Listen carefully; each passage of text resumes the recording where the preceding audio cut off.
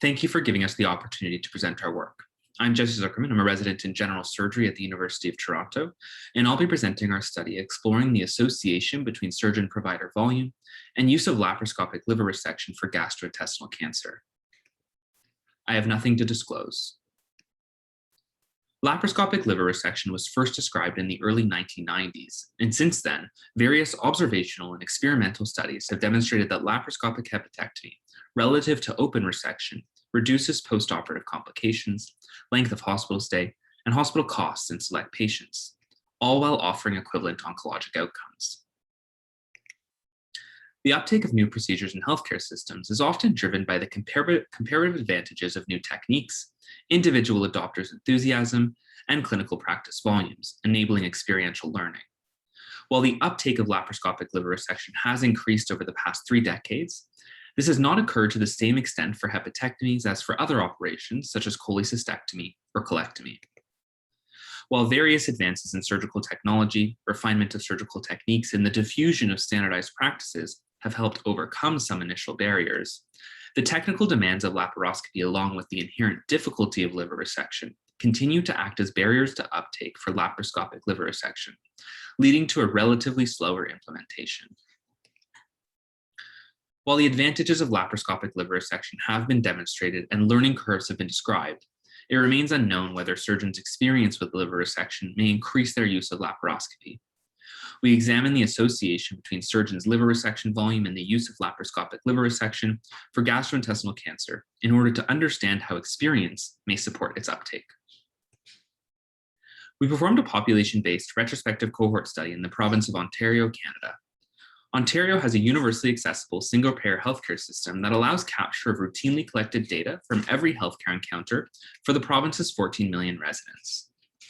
The province as well has a high-volume regionalized system for hepatobiliary services.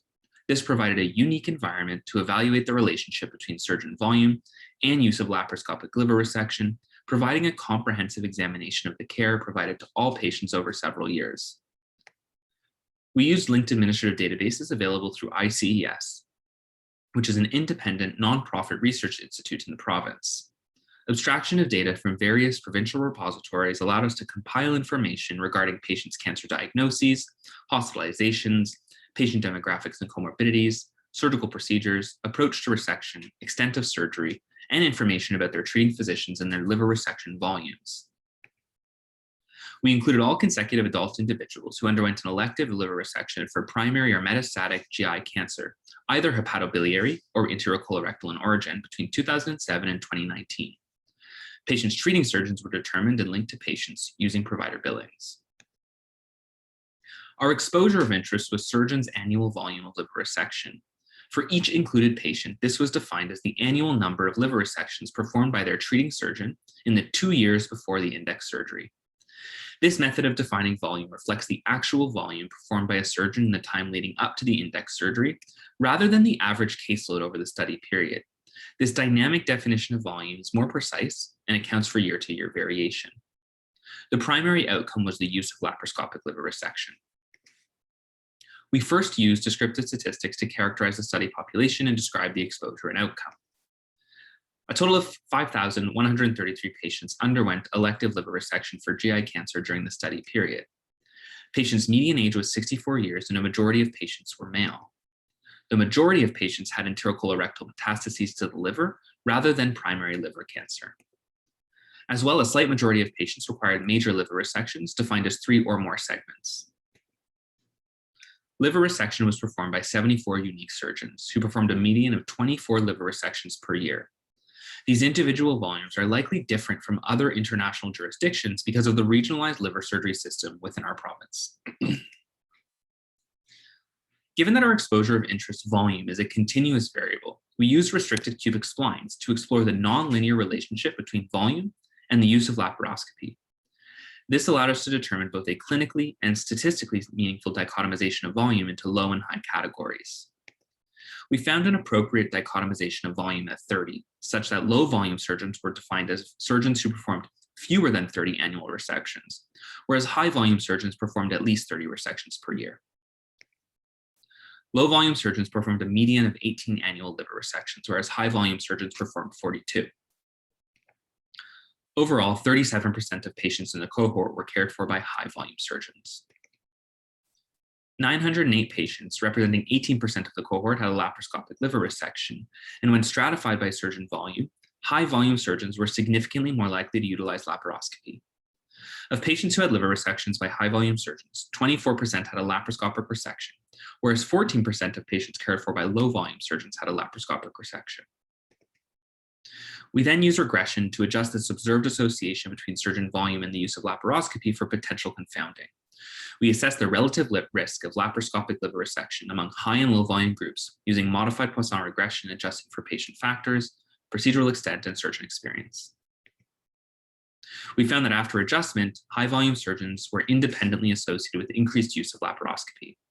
Patients of high volume liver surgeons had a 30% higher likelihood of having their surgery performed laparoscopically relative to those of low volume surgeons.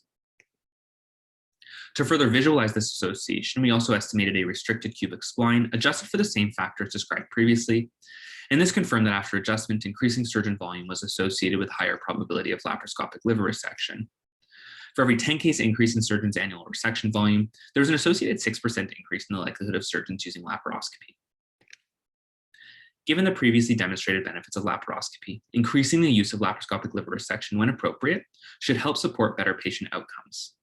There are, however, barriers to the uptake of laparoscopic hepatectomy, such as inherent technical challenges and a steep learning curve. Understanding the factors underlying the use of laparoscopy therefore has the potential to help increase its uptake.